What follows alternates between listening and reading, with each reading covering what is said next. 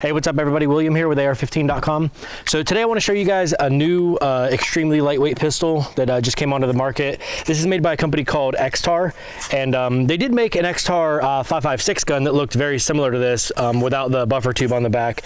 And they just started making pistol caliber versions of it. And I know that a lot of people out there right now are doing tiny little pistol caliber ARs. It's sort of getting popular. You know, little pistol caliber 9mm 45 cal ARs that take Glock magazines. And you see this from CMMG and other companies that are coming out with pistol caliber specific ARs.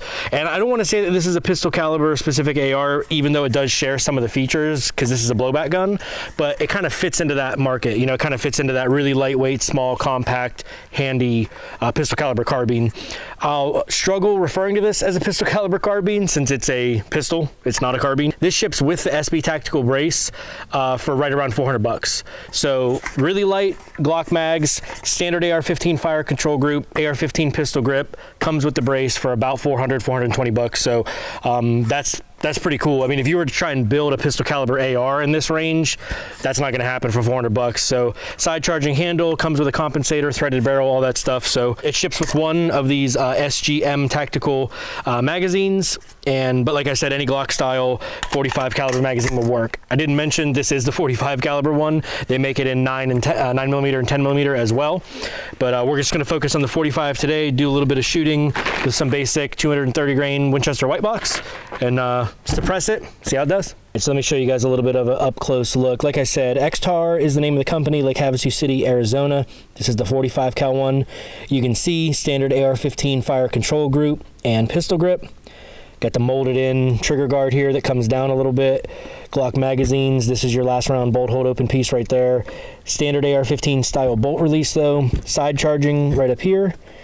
And then, like I said, this is a blowback design. It does have a buffer and a spring in here. And one of the things that's cool about this, you see the little dimples on the bottom, just like a shockwave brace tube. So this does accept the shockwave blade, and you can use the little set screws to go down into the detents there. And then this clamp on the back kind of holds the tube in. So you see this socket head cap screw here, and that's like kind of split at the top. You can actually index the tube wherever you want. Now this SB brace is very snug. I actually had to put a little bit of oil on there to get it to slide down on, and even then it was really, really snug.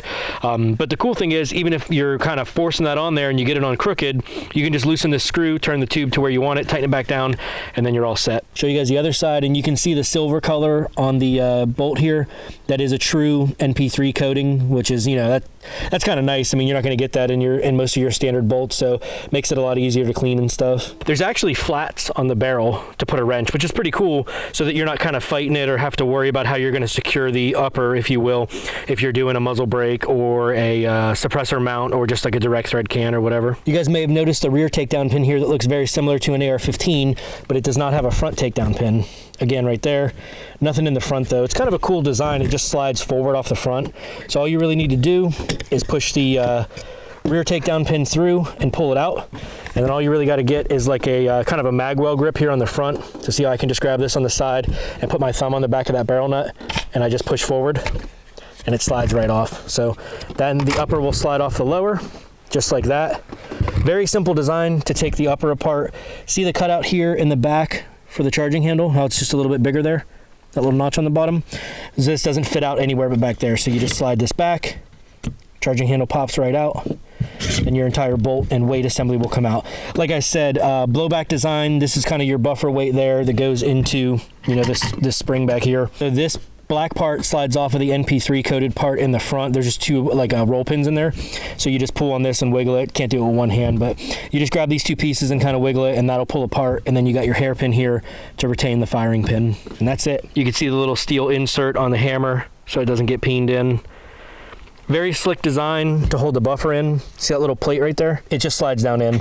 So you push this back and then that plate will just lift up out. Again, a little tough to do with one hand, but you can kind of see how that's moving up out. See how it drops in? So all you do is push this in and pull that plate up out, and then you can get the buffer and spring out, and then you don't really have to worry about any other detents or springs or whatever to hold that in. It's captive once you put the upper back on. I think these guns share enough of the AR-15 to make them compatible in a way that makes sense. you know, you could swap out. You want to put a Geisley trigger in this or anybody else's trigger that will fit in an AR-15, you can put that in here. And it has enough of the familiarity as far as ergonomics. You know, your bolt release is the same, your safety is the same, the takedown pin, the trigger and all that stuff. You know, that's similar enough to an AR-15 that you'll feel comfortable with it. Just a couple seconds to put it back together. And like I said, the last round bolt hold open actually has 2 different positions that it'll catch in. So these blowback guns, if it doesn't have, you know, if the round you're shooting doesn't have like a lot of oomph or like a lot of power to it, sometimes it won't knock the bolt back quite as far. So you can see the first one right there, see the tip of the bolt, you can still see the face of it, of the bolt and everything. That's where it'll catch if you're kind of shooting lower power rounds that don't really, you know, have enough. Usually we'll pick up the next round out of the magazine, but they won't go back far enough to catch the hold open. So there's the first one, and then you can see there's actually another one for the full power rounds that locks it way back in there. Just kind of a nuisance avoidance thing that's pretty cool that you don't have to worry about, you know, how if your gun doesn't like this or that load, then your last round bolt hold open's not going to work. Went ahead and tossed the Mepro Light M21 on there from Optics Planet. Just a little bit big, I think, for this size of a gun, but it does have a nice big field of view. The RMR, I think, looked really good on here. So, but we'll try out the Mepro Light a little bit, and like I said, just some standard 230 grain. We'll try it with the compensator a little first, take some shots with that, and then we'll spin that off and go ahead and thread the can onto it and see how it does suppressed.